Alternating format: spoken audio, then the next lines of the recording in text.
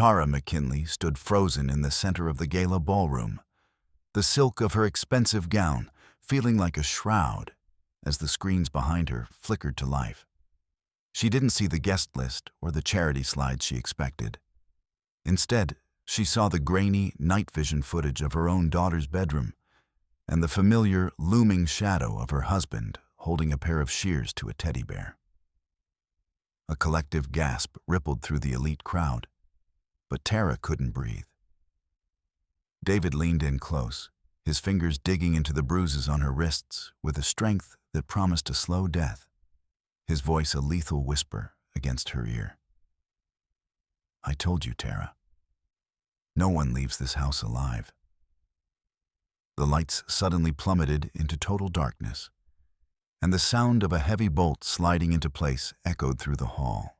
In the silence that followed, a single, frantic question hung in the air. How did a woman who spent her days scrubbing invisible stains on a kitchen floor become the architect of the most public execution of a reputation in the city's history? Tara felt the weight of the stolen USB drive in her palm, knowing that in exactly 60 seconds, the world would see the one thing David had spent a decade trying to bury. The stopwatch's ticking carved into Tara's skull like a dentist's drill. Click, click, click. Each second a hammer blow against her temples. She pressed the sponge harder into the linoleum, the yellowed grout resisting, the water in the bucket turning murky with grime that wasn't there. Her fingers ached, knuckles white as bone. The scent of bleach stung her nostrils, sharp and chemical, but it couldn't mask the sour tang of sweat beading along her hairline. David's shadow stretched across the floor, long and unyielding. "You're slowing down," he said, voice flat as a ruler's edge. The stopwatch snapped shut. Again. Tara's throat tightened. She didn't glance up. The floor tiles blurred, their edges softening like wet paper. Her breath came in shallow bursts, each one tasting of metal. The sponge slipped from her grip, landing with a wet thwack against the bucket's rim. Water sloshed over the side, darkening the hem of her skirt. "Clumsy," David murmured. Not angry. Never angry. Just disappointed, which was worse. She reached for the sponge, her sleeve riding up to expose the bruise on her wrist, finger-shaped, yellowing at the edges. The school supply closet flashed behind her eyelids, the slick gloss of oil paints in their tubes, the bristles of brushes stiff with dried pigment. She'd taken 3 today, hidden them beneath the loose floorboard in the bathroom, where the air smelled of mildew and old towels. The stopwatch clicked open again. Tara's fingers twitched. She wanted to scream. Instead, she scrubbed. She focused on the rhythm, the repetitive motion of her arm, trying to turn her mind into a blank slate. David remained in the doorway, a silent sentinel of her inadequacy. He didn't need to raise his voice. The weight of his expectation was a physical presence, a heavy shroud that stifled the air in the kitchen. Every time she reached the corner of the tile, he would point out a microscopic speck of dust, a smudge of wax, a failure of effort. The kitchen, with its gleaming stainless steel and cold marble, felt less like a home and more like a laboratory where her patience and sanity were being dissected.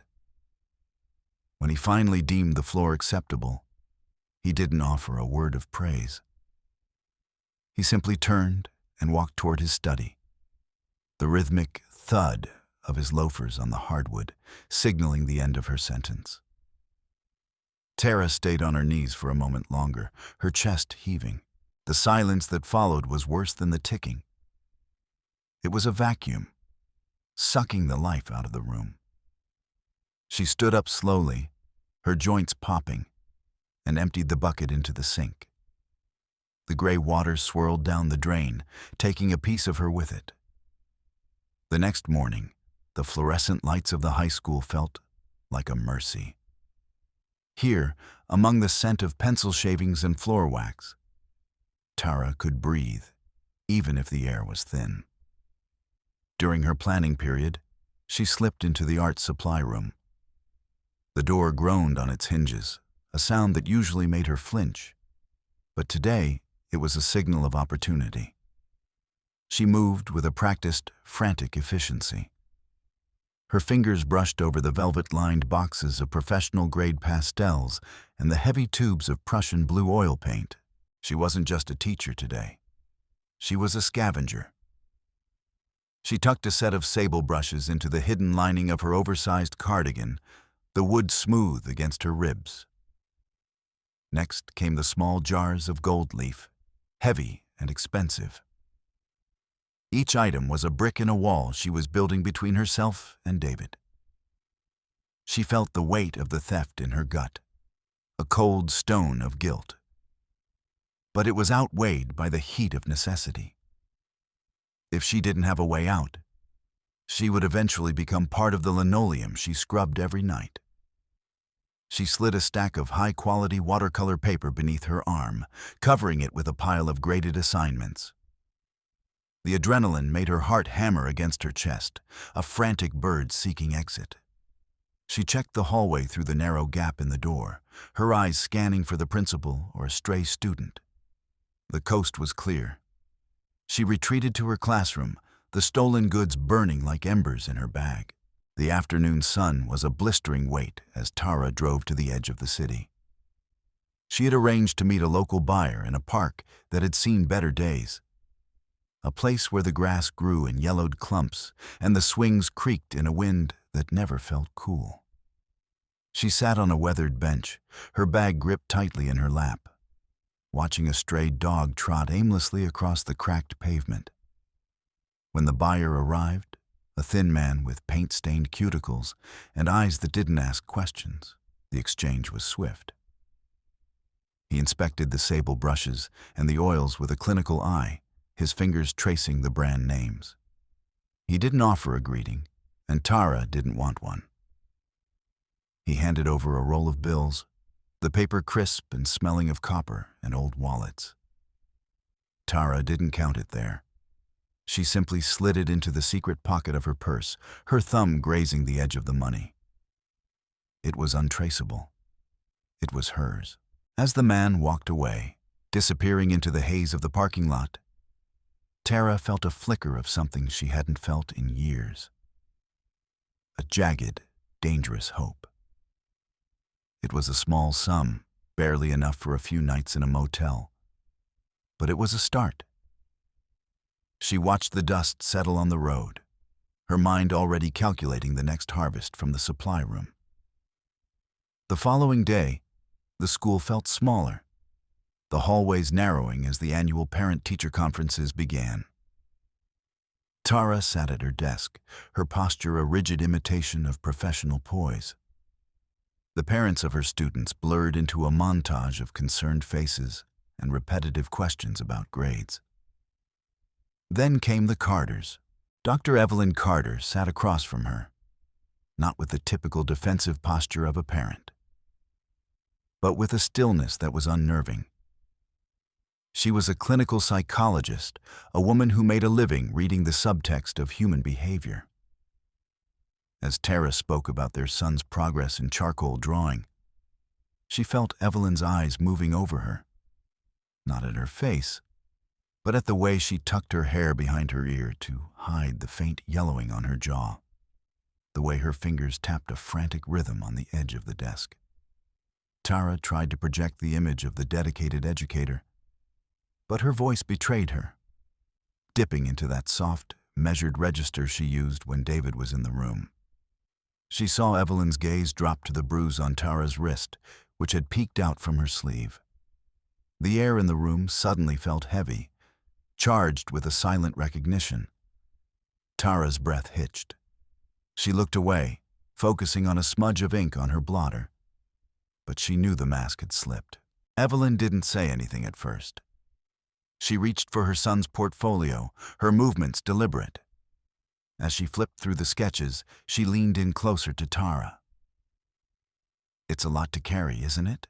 she whispered, her voice a low vibration that seemed to bypass Tara's ears and go straight to her bones. Tara froze. I don't know what you mean. The workload this semester has been— Not the work, Tara, Evelyn interrupted, her eyes locking onto Tara's with a fierce, quiet compassion. The silence. Tara's hands began to tremble. She gripped the edge of the desk so hard her knuckles turned white. She wanted to run, to deny it, to scream that she was fine. But the words died in her throat. She looked toward the door, terrified that David might somehow be standing there, listening through the wood. She saw the pity in Evelyn's expression and hated it. But beneath the hate was a desperate, clawing need to be seen. She didn't realize she was crying until a tear hit the portfolio cover. A dark circle on the gray cardboard. She quickly wiped it away, her movements jerky and shamed. Before she could regain her composure, Evelyn reached into her bag. With the sleight of hand of a magician, she pulled out a small, slim burner phone and slid it into the back pocket of the portfolio. My number is the only one saved, she said, her voice barely a breath. Hide it. Use it when you're ready. Tara stared at the black plastic device. It looked like a weapon. It looked like a key. Her heart hammered a frantic warning. She looked up to thank her, or perhaps to beg her to take it back. But the meeting was over. Evelyn stood up, her face returning to a mask of polite neutrality as her husband joined her. Tara watched them walk out, the portfolio tucked under Evelyn's arm, knowing that the small weight inside it had just changed the trajectory of her life. She was no longer just a victim. She was a conspirator. She spent the next hour in a daze, grading papers without seeing the marks. The burner phone sat in her bag, a cold, heavy secret. Every time the door to the teacher's lounge opened, she flinched, expecting the police or, worse, David. The nightmare manifested sooner than she expected. The afternoon sun was casting long, skeletal shadows across the hallway when the heavy oak doors at the end of the corridor swung open. David walked in, his tailored suit a sharp contrast to the scuffed linoleum.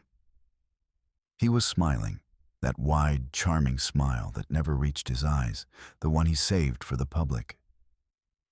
He carried a brown paper bag. I thought you might have forgotten lunch, sweetheart, he said, his voice booming in the quiet hall. Tara's stomach dropped. She stood up too quickly, her chair screeching against the floor. David, what are you doing here? Can a husband surprise his wife? He walked into her classroom, his presence instantly shrinking the room. He didn't just occupy space, he dominated it. He began to walk around the perimeter of the room, his fingers trailing over the students' sculptures, his eyes scanning her desk, her bag, the corners of the ceiling. He was hunting. He didn't believe in surprises. He believed in surveillance. Tara stood frozen, her hand hovering near her purse where the burner phone lay hidden. She felt like a glass vase on the edge of a shelf, waiting for the vibration that would send her shattering. The room is messy, Tara, he remarked, picking up a stray charcoal stick and turning it over in his large hands. You used to be more organized. It's an art room, David. It's supposed to be messy. He looked at her then, his blue eyes flat and cold. Is it? He moved toward her desk, his shadow falling over her. He set the lunch bag down next to her purse. His hand lingered there, his fingers brushing the leather. Tara's breath stopped. She could feel the outline of the phone through the thin material. She had to get him out. She had to move. I have a meeting, David, with the principal. I really should go. A meeting? At this hour? He didn't move. He picked up her purse by the strap, weighing it. You're carrying a lot today. More supplies for your little projects? Panic, sharp and metallic, tasted like copper in her mouth. She reached for the bag, her fingers brushing his. "It's just my things, David. Give it back." He didn't. Instead, he turned and walked toward the art supply closet at the back of the room. "Let's see what's so important, then." He stepped into the cramped space, the air thick with the smell of turpentine and old paper. The closet was a tomb of shelves and boxes, barely wide enough for two people. David shoved a stack of canvases aside, his movements getting more aggressive. "You've been acting strange, Tara. Distant, secretive." He turned on her, his back against the metal shelving. "Open the bag." No, the word was small, but it hung in the air like a gunshot. David's face contorted, the mask of the charming husband slipping to reveal the jagged edges of the man beneath. He reached for the zipper of her purse, his fingers fumbling with the clasp. Tara lunged forward, her hands clawing at the leather.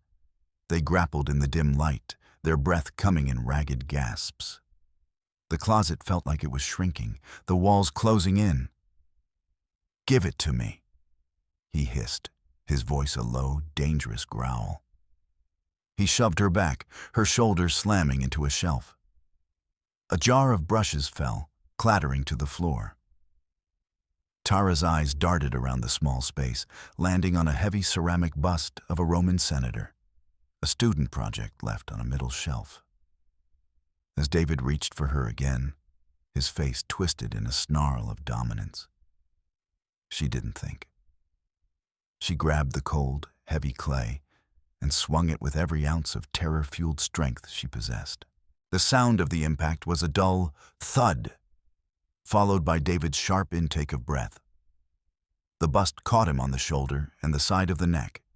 He stumbled back, his eyes wide with a shock that quickly turned to white-hot rage, but for a second he was disoriented.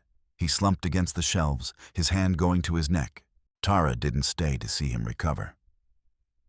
She shoved past him, her heart a frantic drum in her ears. She knew she had only seconds. She didn't run for the door. She ran for the shelves.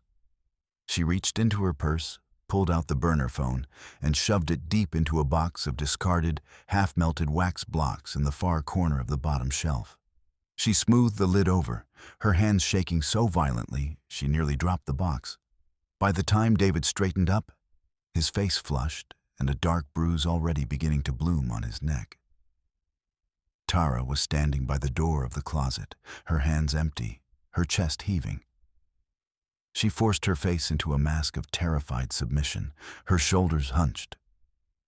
You tried to hurt me," she whispered, the lie tasting like ash. "I was just trying to get my bag. You were hurting me." David stared at her, his breath coming in jagged whistles. He looked at the empty purse on the floor, then at her. The fury in his eyes was a physical heat. He took a step toward her, his hand raised, but then he stopped. He looked at the doorway of the classroom, realizing where they were. He straightened his tie, his fingers trembling. "We're leaving," he said, his voice a razor's edge. Now, the ride home was a nightmare of silence. David drove with a white-knuckled grip on the steering wheel, his jaw set so tight it looked like stone. Tara stared out the window, watching the familiar streets of Baton Rouge blur into a gray smear. She had hidden the phone, but she had also struck him. The rules had changed. The cage had just become much smaller. That night, the house felt like a tomb. David went straight to the master bedroom, slamming the door. Tara sat in the kitchen, the ticking of the clock a rhythmic reminder of her dwindling time. She knew she couldn't wait any longer. She needed leverage. She knew David kept a ledger, a physical record of his offshore accounts, something he didn't trust to a computer that could be hacked. He'd mentioned it once, years ago, when he was drunk and boastful. She waited until the house settled into the heavy, artificial quiet of midnight. She crept toward his study, her bare feet silent on the hardwood. The door creaked, a sound that felt like a scream in the darkness. She held her breath, listening for the sound of his breathing, for the click of the stopwatch. Nothing. The study was cold, the air conditioning humming a low, mechanical drone. She moved to the corner of the room, near the heavy mahogany desk. She knelt on the floor, her fingers searching for the loose floorboard he'd inadvertently revealed during a renovation 3 years ago. Her nails caught the edge of the wood. She pried it up, the sound of splintering timber making her heart skip a beat.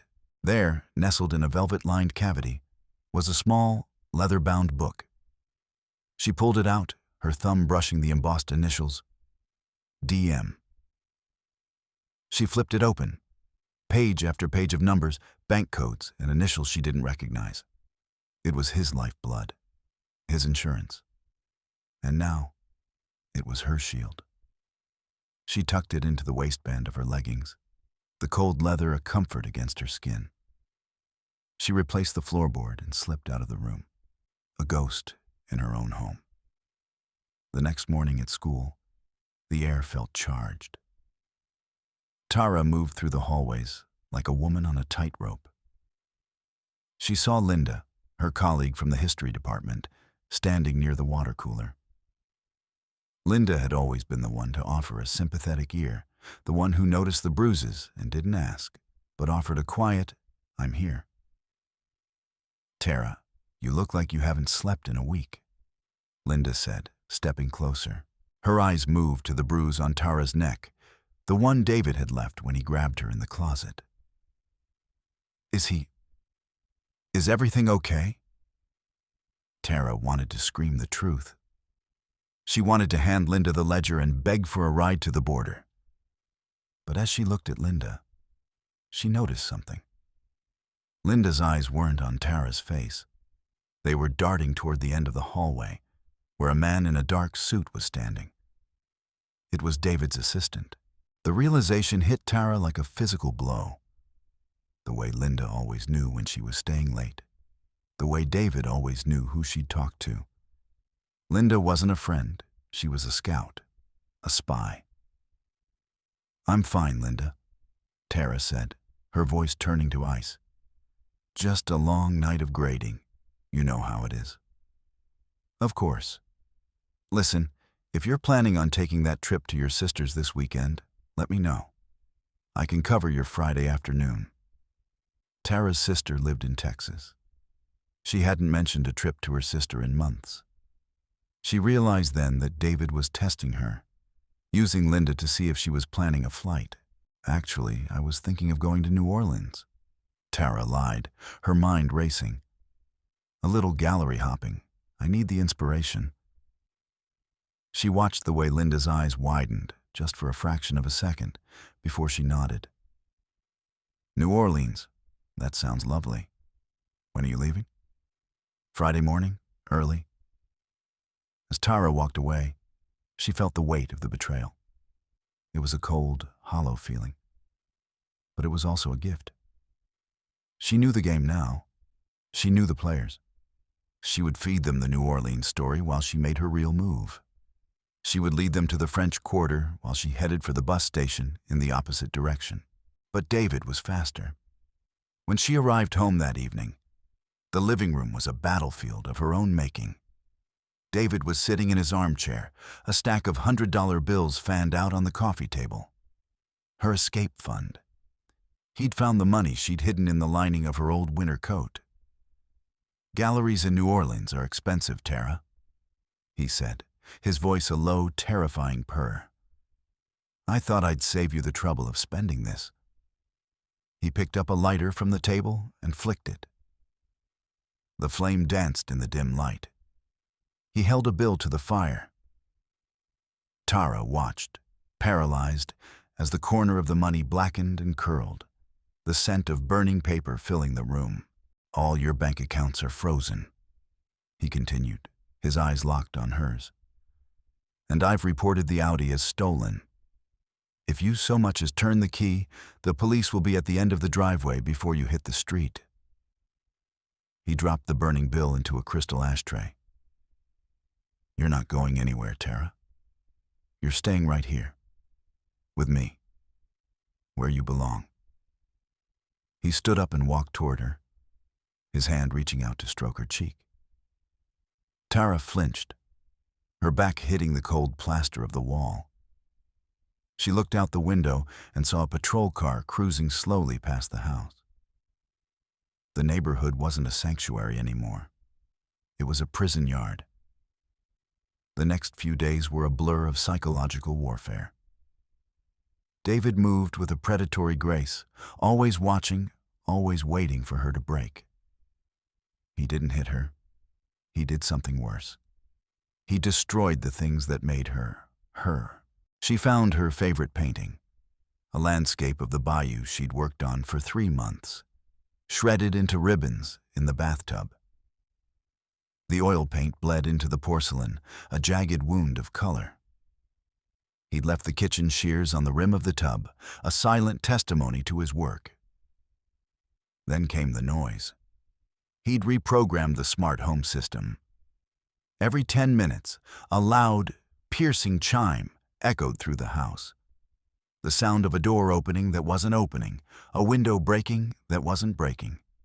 It was a relentless, rhythmic assault on her senses. She couldn't sleep. She couldn't think. She sat in the kitchen, her head in her hands, the chime vibrating in her teeth. Chime. She looked at the freezer. The burner phone was in there, tucked behind a bag of frozen peas.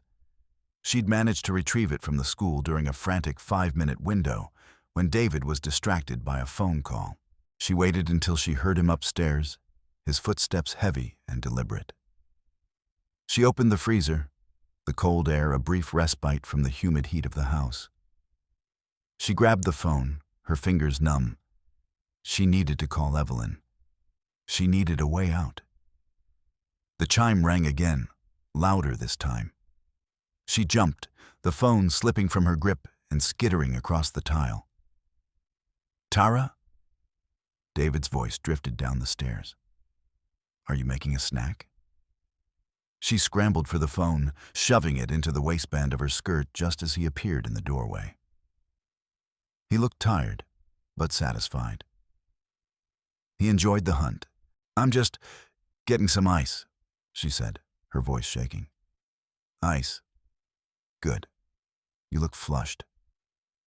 He walked toward her, his eyes scanning the counter, the floor. He stopped a foot away, his presence a wall of cold air. "You're hiding something, Tara. I can smell it on you. Like cheap perfume." He grabbed her arm, his fingers digging into the muscle. "Where is it?" "Where is what, David?" "The phone. I know you have it. I saw the way you were looking at your bag at the school." He dragged her toward the garage, his grip unyielding. The door slammed behind them, the sound echoing in the concrete space. The Audi sat in the center, a black beast in the dim light. "Hand it over," he commanded. Tara backed away, her heart racing. She tripped over a box of old nails, the metal clattering across the floor. David lunged for her, his face a mask of rage. She dodged him, ducking behind the workbench. The garage was a labyrinth of shadows and sharp edges. She scrambled over a pile of tires, her breath coming in ragged gasps. She saw a can of spray paint on the workbench, a bright neon orange she'd used for a school project. As David rounded the corner of the car, his hand reaching for her throat, she grabbed the can. She didn't hesitate. She aimed for his eyes and pressed the nozzle. A cloud of acrid orange mist filled the air. David screamed, his hands going to his face. He stumbled back, his boots slipping on the scattered nails. "My eyes, you bitch, my eyes." Tara didn't stay. She bolted for the side door, her shoulders slamming into the wood. She burst into the backyard, the humid night air hitting her like a wave. She ran toward the oak tree, her feet pounding against the patchy grass. She could hear him behind her, his screams turning into guttural roars of fury. She needed a place to hide. She ran toward the house, slipping through the back door and racing up the stairs. She didn't go to her room. She went to Maya's. The room was dark, the only light the glow of a nightlight in the corner. Maya was asleep, her small face peaceful in the soft light. Tara sat on the floor, her back against the bed, her chest heaving. She reached out and touched Maya's favorite teddy bear, the one she'd had since she was 3. Something felt wrong. The bear was heavier than it should be. She picked it up, her fingers moving over the plush fur. There, in the center of the bear's left eye, was a hard, cold glint. She felt a wave of nausea. She pulled a small pocket knife from her skirt, the one she used for sharpening charcoal, and sliced into the bear's head. Inside, nestled in the stuffing, was a small, high-tech camera. A lens, no bigger than a pinhead, stared back at her. She realized then the depth of his depravity. He wasn't just monitoring her, he was recording everything. Every moment of frustration, every tear, every time she lost her temper with a stubborn stain. He was building a case. He was going to take Maya. The realization was a cold, sharp blade in her heart. She wasn't just fighting for her freedom anymore. She was fighting for her daughter's soul. She sat in the dark, the teddy bear's empty eye socket staring at her, and felt the last of her fear turn into a cold, hard resolve. She wouldn't run. She wouldn't hide. She would destroy him. The invitation to the Founders' Day gala sat on the vanity, a heavy, cream-colored card with gold embossing. It was the social event of the year, the place where David was at his most powerful, his most public. It was the perfect stage. She spent the next day in a state of hyper-focused calm. She fed David the New Orleans story again, letting him think he'd won, that she was broken. She watched him from the shadows as he worked on his encrypted laptop, his fingers flying over the keys. She needed that password. She needed the link between the ledger and his public face. But the walls were closing in faster than she'd anticipated.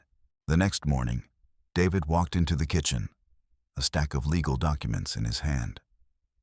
He looked smug, the bruise on his neck a dark, ugly mark of his failure.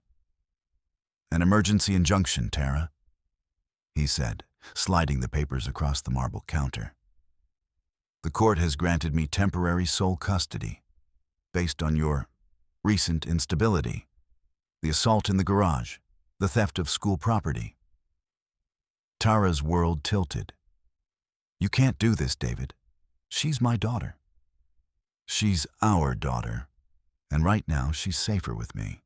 He walked to the hallway, where Maya was standing, her small face pale and confused. "Maya, sweetheart, come here." Tara reached for her, her heart breaking. "Maya, baby, it's okay." But Maya pulled away, her eyes wide with a fear Tara didn't recognize. "Daddy said you're sick, Mommy. He said you're going to leave me." The words were a physical blow. David had poisoned the one thing she had left. He'd turned her daughter against her. "I'm not leaving you, Maya. I promise." "Go to your room, Maya," David said, his voice firm. "Your mother needs to rest." Tara watched as her daughter walked away, her small shoulders hunched. She felt a surge of rage so powerful it made her vision blur. She turned to David, her hands clenched. "I will kill you before I let you take her." David laughed, a sharp, barking sound. "You'll try. But look at you, Tara. You have no money, no car, no daughter, you have nothing." He walked away, leaving her in the silent, sterile kitchen. She managed to slip out of the house that afternoon, telling David she was going for a walk to clear her head. She met Evelyn in a small, crowded coffee shop on the edge of the Garden District. Evelyn looked grim. She handed Tara a small digital recorder. "He came to see me, Tara, for a consultation. He wanted to look like the concerned husband, the one trying to help his unstable wife.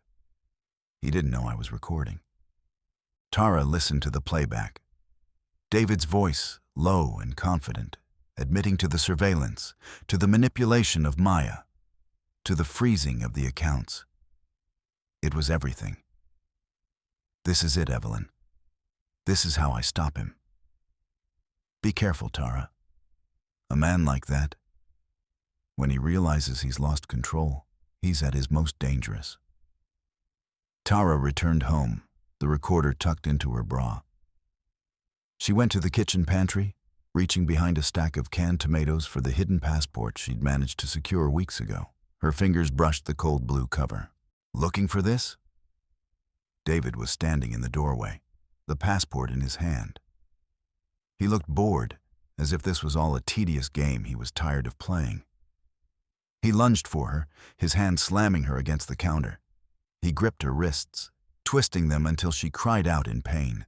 The bruises he'd left days ago flared with new agony. "You think you're so smart, Tara, but you're just a bored housewife playing at being a spy." He reached into her blouse and pulled out the recorder. He looked at it for a second, then dropped it to the floor and crushed it under the heel of his boot. "Evidence is only useful if someone believes it, Tara. And who is going to believe a woman who's just been suspended from her job for erratic behavior?" He showed her his phone. A text from the school board. "Ms. McKinley, due to concerning behavioral reports, you are placed on administrative leave, effective immediately." He'd taken her career. He'd taken her daughter. He'd taken her voice. He dragged her to the stairs, his grip a vice. "Maya is locked in her room. And you're going to sit in this living room and wait for the gala? And then you're going to go on that stage and tell everyone how you're retiring to focus on your family. And if you don't," he leaned in, his breath hot on her face, "I'll make sure you never see her again. Not in this life." He left her in the dark living room, the chimes of the security system ringing every 10 minutes, a rhythmic funeral march for her life. Chime. She sat in the silence, her mind a shattered mirror. She had nothing left. No money, no job, no hope. But then, she looked at the shadows on the wall. She saw the way the light from the street lamp caught the edge of a picture frame. She saw the patterns, the textures, the hidden details that David, for all his control, could never see. She was an artist. She saw the world in ways he couldn't comprehend. And she realized that the gala wasn't just a stage, it was a canvas. The night of the gala arrived with a suffocating heat. David forced her into a restrictive, emerald green gown that felt like a shroud. He applied thick, heavy makeup to her wrists, covering the dark bruises with a layer of artificial perfection. "Smile, Tara," he said, his hand on her waist as they walked into the Ritz-Carlton. "It's a celebration."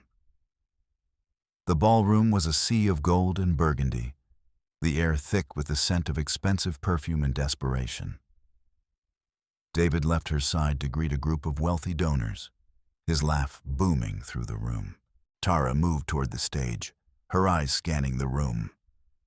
She'd helped design the lighting for the school's theater years ago.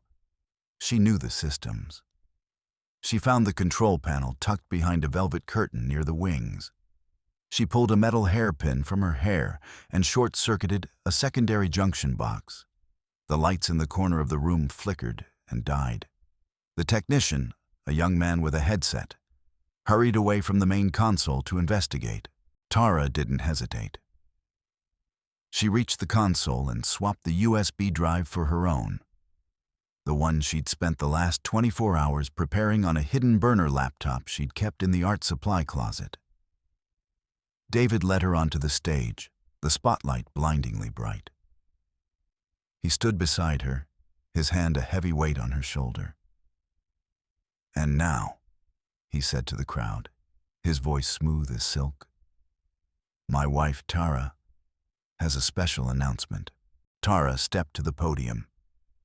She looked out at the sea of faces, the elite of Baton Rouge, the people who had enabled David for years. She saw Linda in the front row, her face a mask of concern. "I want to talk to you about light," Tara began, her voice steady and clear. "About how easy it is to steal it. How easy it is to keep someone in the dark." David's smile faltered. He squeezed her shoulder, a silent warning. But Tara didn't stop. She looked at Linda, who nodded, a sharp, sudden movement. The screens behind the podium flickered to life. Instead of the planned slideshow of Baton Rouge history, the ballroom was filled with the sounds of David's voice. The recording from the teddy bear, the footage of him pinning her against the counter, the images of the offshore ledger. The audience gasped, a collective intake of breath that sounded like a wave hitting the shore. David froze, his face turning a sickly gray. He looked at the screen, then at Tara, his eyes wide with a shock that was finally, truly hers. Tara didn't wait for the fallout.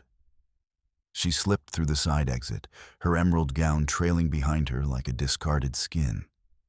She ran through the kitchen, past the startled waiters, and out into the humid night. A car was waiting in the alley. Linda was behind the wheel. "Go! Go!"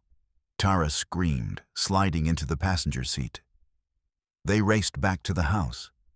Tara used a hidden master key Linda had provided, a key she'd had all along, as a member of the very support group David had tried to infiltrate. She burst into the house, the chimes still ringing. She unlocked Maya's room and scooped the sleeping child into her arms. "Mommy?"